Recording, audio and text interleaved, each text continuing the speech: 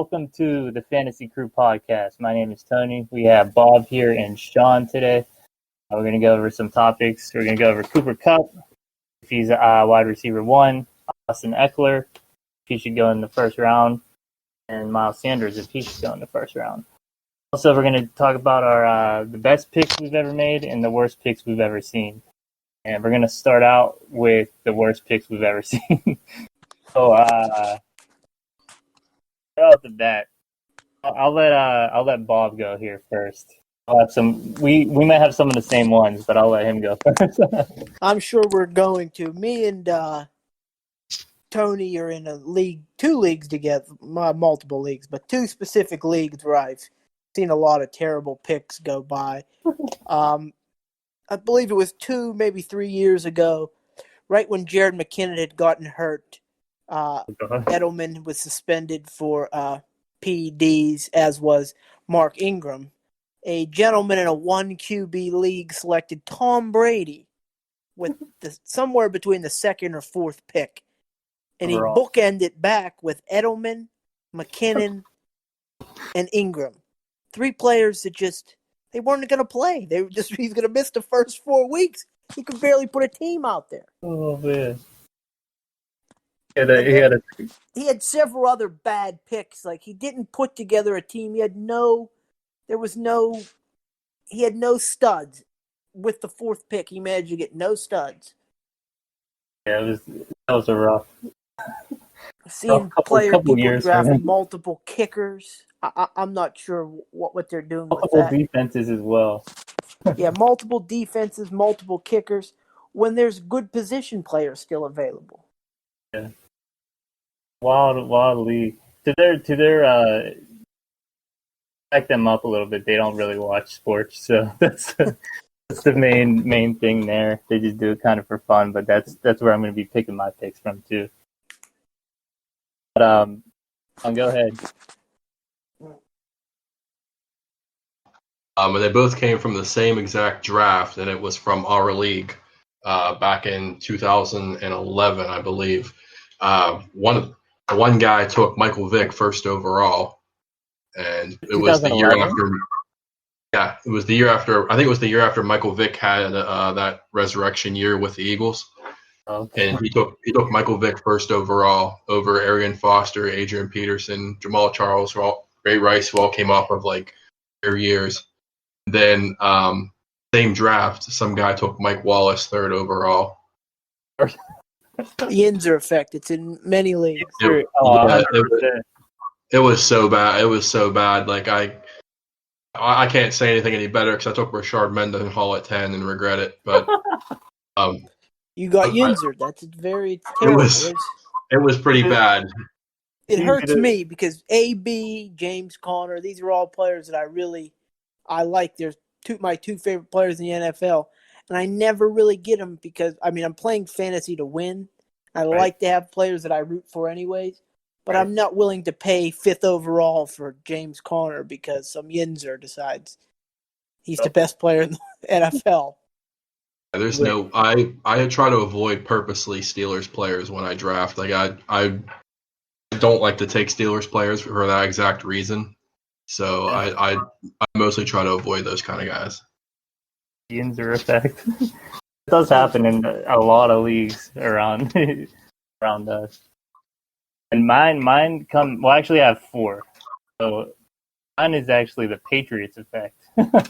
In that same league what Bob was talking about, someone drafted Patriots defense 2nd or 3rd overall. And that was, granted, that was his, like I said, first year playing fantasy football. And he ended up actually either making the playoffs or almost making the playoffs, which is crazy. But that was a wild pick. And then the second one was Garrett Blount in the 2nd round, the third pick of the 2nd round when he was with the Detroit Lions. Like I believe that was the same year as the Mark Ingram picks. Yes, I believe it was as well. That may be the same team. I think it was the same team, and then he picked Marcellus Bennett or Mercedes Lewis back up tight end for the Packers. I you just remember got to you. take that into consideration. Someone got a free win off that guy. He had three unplayable. They weren't playing. There was no chance. McKinnon was out already. There was He was no out for reason the to pick him. year. He hasn't played since. He had no chance to. Yeah, that's true. And then for my second, or actually from me, my second year of fantasy, when I didn't really know what I was doing yet. First year I played with you, Sean, and I somehow walked into an amazing team. I had Vontae Freeman. I picked him up in like the 6th or 7th round, and he ended up being that was his breakout year. And I had like Odell Beckham, Gronk. I picked up David Johnson, his breakout year, and then so I won that. So I came into this other league all confident, like okay, like I know what I'm doing, but I didn't. I picked Russell Wilson with the 8th overall pick. And then come around the 10th round, I picked up Marcus Wheaton from the Steelers. This freaking what's his name? Who was behind Antonio Brown was suspended. I thought Wheaton could be that guy to step. Bryant. He was suspended, and I thought he was going to step in, and he did absolutely nothing. I looked like a fool that year in that league. Those were that was a bad draft that year for me. Yeah, you know my bad one. Oh man, I've had some other bad ones, but this past year was obviously the worst. I bit way too hard on the David Montgomery hype train.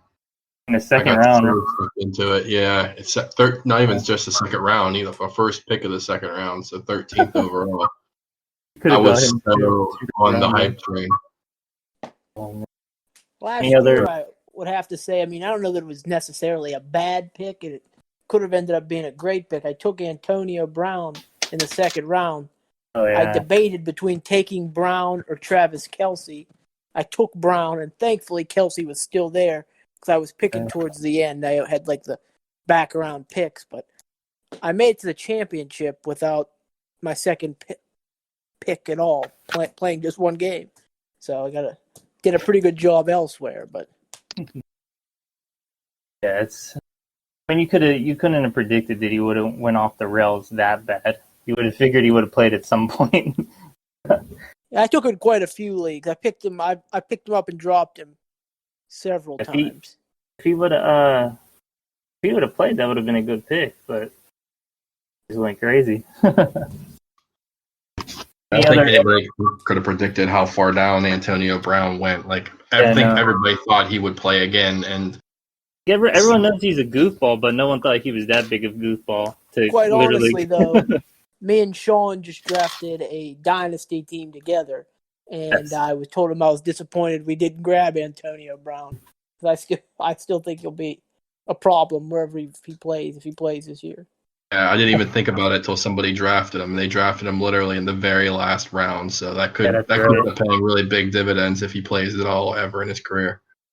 That's true. Any other final first picks? I don't have any. None that I could think of anyway. I'm probably sure there's more, but those are the ones I can think of. Oh, there's a lot more. I play in a league. There's people always reach for quarterbacks. I watched a guy go Steelers, Ravens defense. He had the last pick, so he was picked back to back, and he went Steelers, Ravens. This guy he had so many holes. He didn't even have his full starting lineup together. Oh God! He went back to back defenses. Told me he was good for his bye week. I was for the least important position. Oh man. I thought it was you, Bob. Someone told me about someone who picked a Steelers running back first overall. It was like a Mendenhall type guy. I forget who it was. It might have not been you. I was in a league one time where a guy wanted to make his team all Steelers. In the year Chris Johnson ran for 2,000 yards, they traded Chris Johnson for Mewelde Moore. Oh my God. Oh man! He wins. How about the best pick you guys have ever done? Go ahead, Sean. I hear what you said. Oh, sorry. How about the best pick you've ever made? Best one I've ever made? Yeah. For value. Like, not over, obviously, like, if you pick Christian McCaffrey first overall last year. Right. Yeah, Does it count if I picked him up in free agency? absolutely. That would work. All right, so I picked up Arian Foster the year that he came in the league and broke out. Nice. He ended up being the best running back that year for me. That was probably the best one. One of the best ones I had was Arian Foster. Recall what week you picked him up? It was before the season even started. It was Okay, nice. We drafted probably right around the time that preseason started, and then he was just tearing up in the preseason. I just picked him up on a flyer as to fill up on my back on the back end of my running back bench, just hoping that maybe they would end up anointing him as the starter over Steve Slayton, and they did, and he ended up being really, really good for me. He took me all the way to the championship. I think I lost in the championship, but he was a big reason why I got there. Nice. That's a good one. What you, Buff? I've got quite a few real good value picks. Just last year, I took Lamar Jackson in probably the next to last round. Oh yeah. And people by that time, I was one of the only people that didn't have quarterbacks.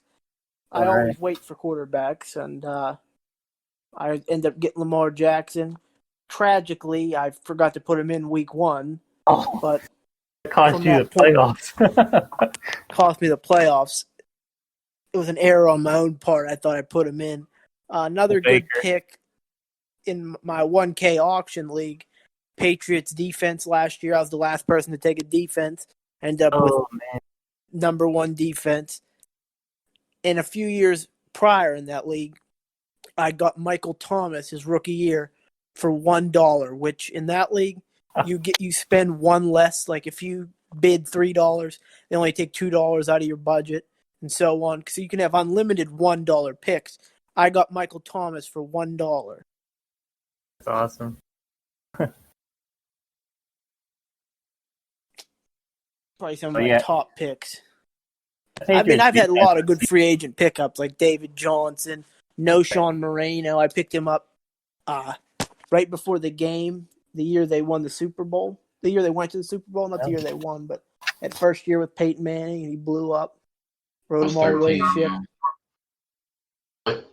Went to the Super Bowl, but I think they lost to Seattle. Yeah, they lost to Seattle. Yeah. That year he had that big cry, that meme of him crying. Yeah. Oh, man. For mine, I have a couple as well. One of the best had to be Devontae Freeman in your league, Sean. That year, I picked him up. I just picked him up because he was one of the top guys in the 6th or 7th round, and he ended up, I believe, being RB1 overall that year. Then a few more in your league is when I picked up Connor off of agency 2 years ago, I believe it was, when he took over for Bell and had a monster year. And I picked up Deshaun Watson off of free agency, his breakout year. He single-handedly won me 3 or 4 games until he went down with an injury. And then last year, Austin Ekeler, in the 5th or 6th round, the beast of first 5 or 6 weeks. He pretty much single-handedly won me a bunch of games as well. There's a bunch of gems out there.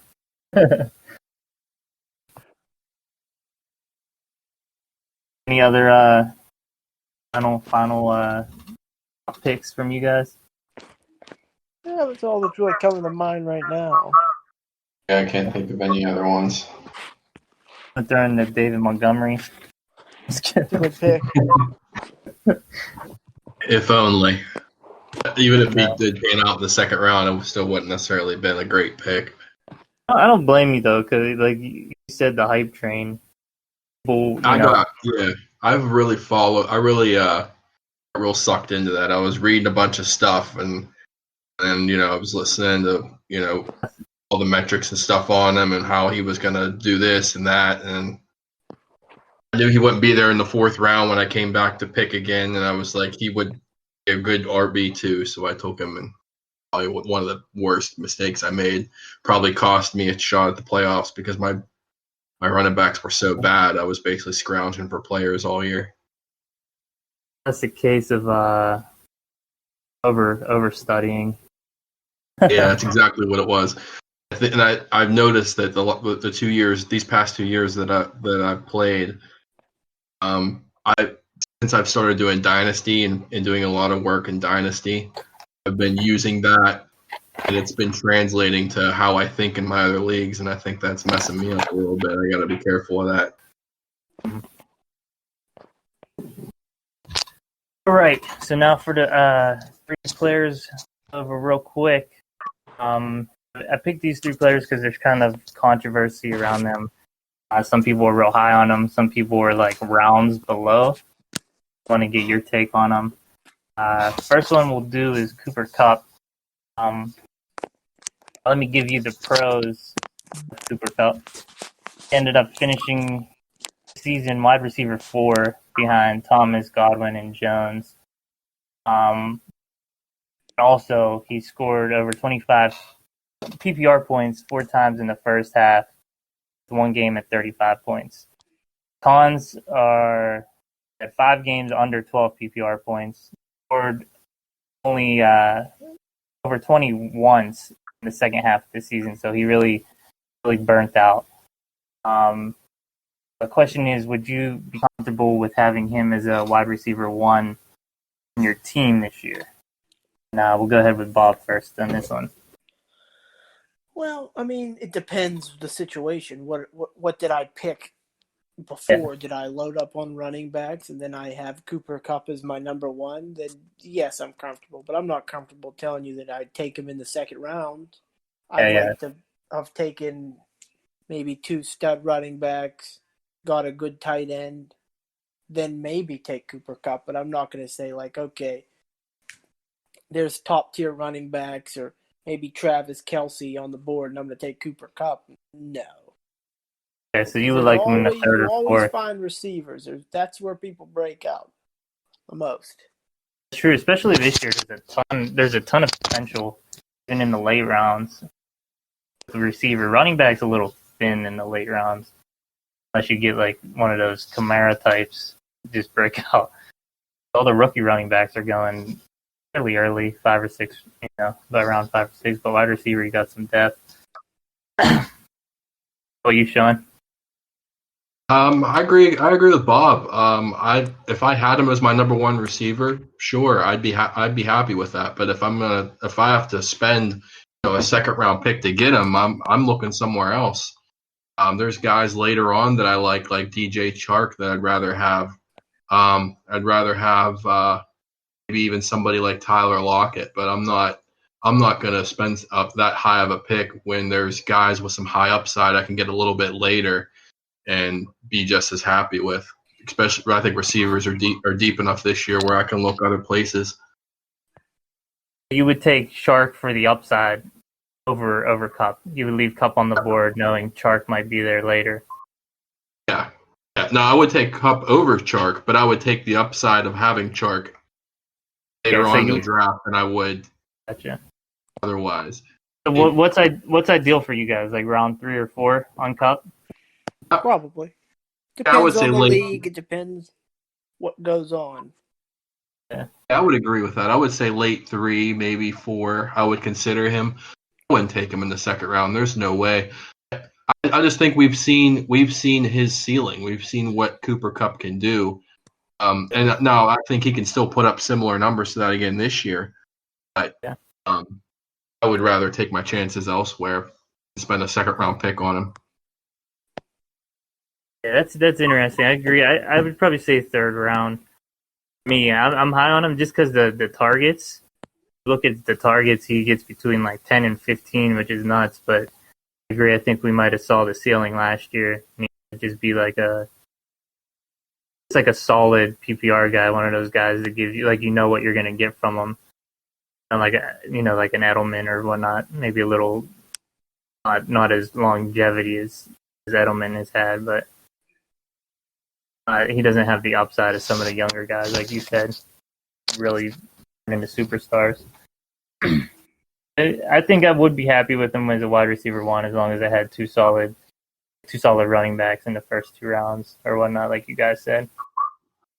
Yeah, if you had to rely on him early and you didn't get 2 solid running backs in the first 2 rounds, I don't think you could feel comfortable with that.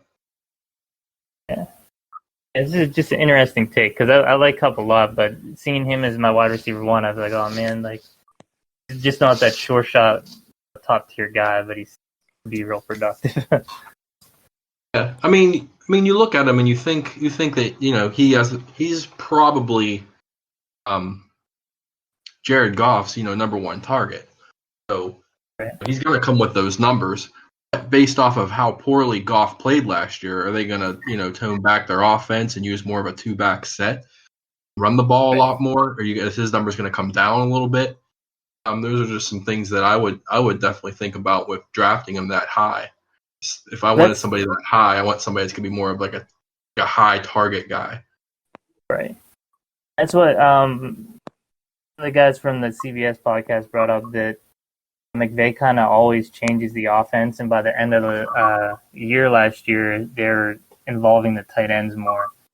And they were saying that's kind of a concern if they keep going into that game plan into the beginning of this season, and Kupp is still going to be affected by Higbee or Everett getting more targets than they were in the beginning of last season. Right. They got rid of Brandon Cooks, so they're probably going to use more 2 tight end sets to kind of even help out a little bit in the pass rush, because Jared Goff, their offensive line was terrible. Jared Goff was running all over the place last year. I just don't see it happening where he's not. They can put up the same kind of numbers. They're going to probably have to run the ball a lot more. They'll have with Cam Akers there now. Yeah, I'm excited to see how that's going to work out between him and Henderson. I assume Akers will win the job eventually, but it'll be interesting. Yeah, I think it'd be a really good 1-2 punch. I think they both could complement each other really well. It's the jury's still out on Henderson to see if he can really translate to the NFL level yet. I mean, we haven't seen it. We've seen flashes of it, but only very small. So really not sure exactly how that's going to end up happening. All right, we'll head on to the second man of discussion here. We got Austin Ekeler. Let me give you the pros real quick for him. He finished RB4 behind Elliott, Jones, and Christian McCaffrey. It's Aaron Jones, and he will now be the main back. So he had to kind of share at the back end of last year with Gordon, of course. The cons for him is he scored over 20 points only twice in the second half of the season. So again, he tailed off just like Kupp. Of course, that was because Gordon came back, so he had to share a load with him. And now apparently they're putting him out as RB1. Josh Kelly involved, though. We'll see if he takes more reps, and Jackson as well. A question for him is: would you draft him at the end of the first round, or even would you be comfortable with him as an RB1? Or is that just way too early with Ekeler? And go ahead, Sean. I sound like a negative person over here with all these questions, but I cannot take him at the end of the first round. Too small. He works better in a complementary role. He played well in the first half of the year. He himself started to slow down the second half of the year, without Gordon there alongside of him. I like him as a player. He was great for everybody last year, but I don't see him being able to put up them kind of numbers. The kind of year he had last year, he's not going to be able to repeat. There's people like Dalvin Cook going after him. Leonard Fournette's going after him. Nick Chubb. Get Alvin Kamara way later. I can't do it. What you, boss? I wouldn't take him. He's too small. Yeah. As a small guy, it may sound terrible to say, like, who am I to judge? But he can't. He's not a 16 game. Yeah, workhorse. He's not a workhorse. He doesn't have the size. You don't even know what the offense is going to be like. What's his name's gone. Phillip Rivers was a check down. He checked down to his back, but Phillip Rivers is gone. Right. They got a rookie. I mean, the rookie, if he goes in, that could bode well for check downs. But I don't believe he has a 16-game lifespan. He has more of a James White, who is a good player in his own right, but you're not going to draft James White in the first round, second round. Right. Yeah, I think just a lot of people are hyped about how he was last year without Gordon. Now Gordon's gone, and I think it's going to be the same. But those are all good points. He's a typical pass catcher. He's not like you said. He's not the workhorse type. I'd be happy with him in the second. In the first, I feel like I was reaching for sure.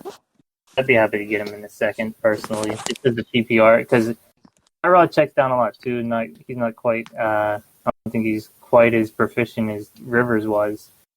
But, I think he'll still do good in PPR. He'll still get those catches if he could hold up. Yeah, I agree. I agree. The first round is reaching. First round's way too high for him. I wouldn't rule out seeing them run Justin Jackson a little bit more too. The first couple games, Justin Jackson was averaging over 5 yards a carry, and he looked really good. I wouldn't see that. I wouldn't rule out seeing them use them two in a platoon, kind of how they used Gordon and Ekeler. That's what they kind of hinted at. The coaching staff said they had like them both a lot before they even drafted Kelly. And you throw Kelly in there, and now you have a whole mix of running backs. Yeah. Where would you guys feel comfortable drafting him? I'm sorry, could you say that again? Where would you guys feel comfortable drafting him? What round? I would probably wait. See, this far out, I it's hard for me to give you the thing. I'd like to do a lot of mocking, and I wonder. Well, I don't know how it's going to be with the coronavirus, but I like to see how camp shakes out a little bit before I make any commitments. But maybe third round, if everything was went perfect for him. Yeah. And it was like you knew he was going to be number one. Then you hear what their offense and how their offense is going to run. Maybe I could say third round. Okay. What are you, Sean? To see what Justin Herbert can do, because if he doesn't play well, or they use Tyrod Taylor, I don't what's going to really flourish. All right, but I got to kind of see what that offense is going to look like first. I probably would wait. I probably would take Ekeler maybe in the 5th round, 4th round range. Oh, wow. We're all down. But I couldn't see myself taking him earlier than that, because you're gambling on Austin Ekeler this year based off of what he did last year. Because a lot of the mock drafts is going either late first or early second, and that's yeah. Keep seeing different things. Yeah. Craig, what do you think? Craig? What's Craig have to say? Craig, do you hear, buddy? All right, just be quiet then, Craig. All right, so last topic here for today. We got Miles Sanders. He finishes running back 15. He scored over 20 points in 3 of the last 5 games. He ended on a hot streak, and including one game, he scored 35. He was the number 5 back in weeks 12 to 17. Of course, because Jordan Howard went down. They're running those two is kind of like a 1-2 punch. He got the main work. Now, now Eagles came out and said they're gonna find a veteran running back, which of course would hurt Sanders. Actually, touchdown potential if someone like Hyde gets in there. If they did not, he could be the bell cow. Of course, everyone says the Eagles never run with just one running back. So, he does have potential as he showed last year. Would you guys ever draft him in the late first round or even second, or would you wait until like the fourth, fifth, or sixth? What are your thoughts, Bob? Fourth, fifth, sixth. I wouldn't touch him with a 10-foot pole. They went. If you watch, they went to Boston Scott a lot at the end. They had a perfect chance to like make him the featured guy last year, right. And they still shied away and threw guys like Boston Scott in there. And Philly's coach has a tendency of using a ton of backs all the time. Three running back committee. Yeah, even when they have them, it's always, they're always going to a stable of backs for years. Right. Yeah, that's the main concern. Just before to talk about signing someone, people were like, "Oh, he's finally going to be the main back," but history shows that's probably not going to be true. Well, you, Sean, when would you go for him? Well, I think you and Bob both kind of stole my thunder a little bit there. They've been known to use a plethora of backs. If they've been looking to bring in somebody else, they rotate backs like crazy. That's just Doug Peterson's way. That's what he does. Boston Scott, like Bob was saying, they're kind of using him a little bit, kind of like how they would use Darren Sproles, kind of a lot of passes out of the backfield and a couple runs. I think that hurts Miles Sanders' upside. I don't think you can take him in the I don't think you can take him in the first round. I don't even think you take him in the second round. He is a back that I think he's a very good back, and he's capable of being a very good back in the NFL. But for fantasy purposes, I don't really see a way where like you can a Saquon Barkley light. Yeah, in a sense. I'm not all that sold on Saquon Barkley personally myself either. Oh, I saw your reign on Saquon Barkley. We can agree to disagree on that one. We'll have some big games, touch on that one in the future. It comes into like the win. His time will be short lived because he doesn't help anybody win. He's Willie Parker style. Doesn't help his actual NFL team win. Yes, that's what I mean. Doesn't help an actual NFL team win. It's interesting. That's an interesting take. I mean, you'll see games. I mean, he had games last year where he averaged under 1 yard per carry. Yeah. He gets aided by being on a bad team and catching a lot of passes. If you put him on a New England Patriots or like a front-running team, he doesn't catch as many passes, and he's not that strong of a runner. He has big play ability like Willie Parker did, but he's not like, you're not going to grind it out with a consistent 4 or 5 yards. It's very similar at his career at Penn State. He'd have games where he'd have the one long run, then his other 29 carries went for 34 yards.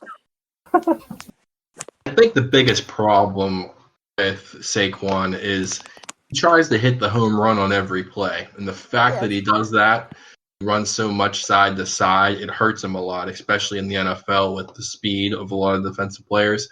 If he can adjust that, he is athletic enough and strong enough to be a very good running back for a long time. But he got to quit running a lot of that side to side stuff, because if he does, it's just going to keep hurting him. That's why you see him make so many big plays, in the passing game, because of how athletic and how good of an athlete he is. He has to refine his running game a little bit. Sandy, that's definitely an interesting hot take right there. I guess we'll see in the long run. All right. Well, that about wraps it up for today. Any final thoughts from you guys? I just hope Craig gets more involved next time. Yeah, definitely. Anyone who listens to this, we'll be recording. We'll try once a week. That sounds good. I mean, it'll be like once every 2 weeks, but hopefully we can do once a week. You guys are down for that, right? I'm in. I can get other people in as well. Yeah. Think of some topics too, but just throw them in a group and we'll get some other people, some other thoughts and whatnot.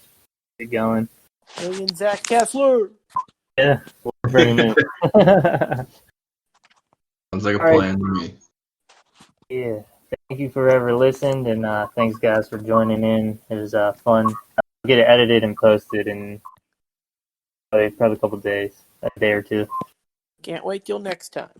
Yeah, me too. All right, guys, we'll talk to you soon. Thanks. See ya. Peace out.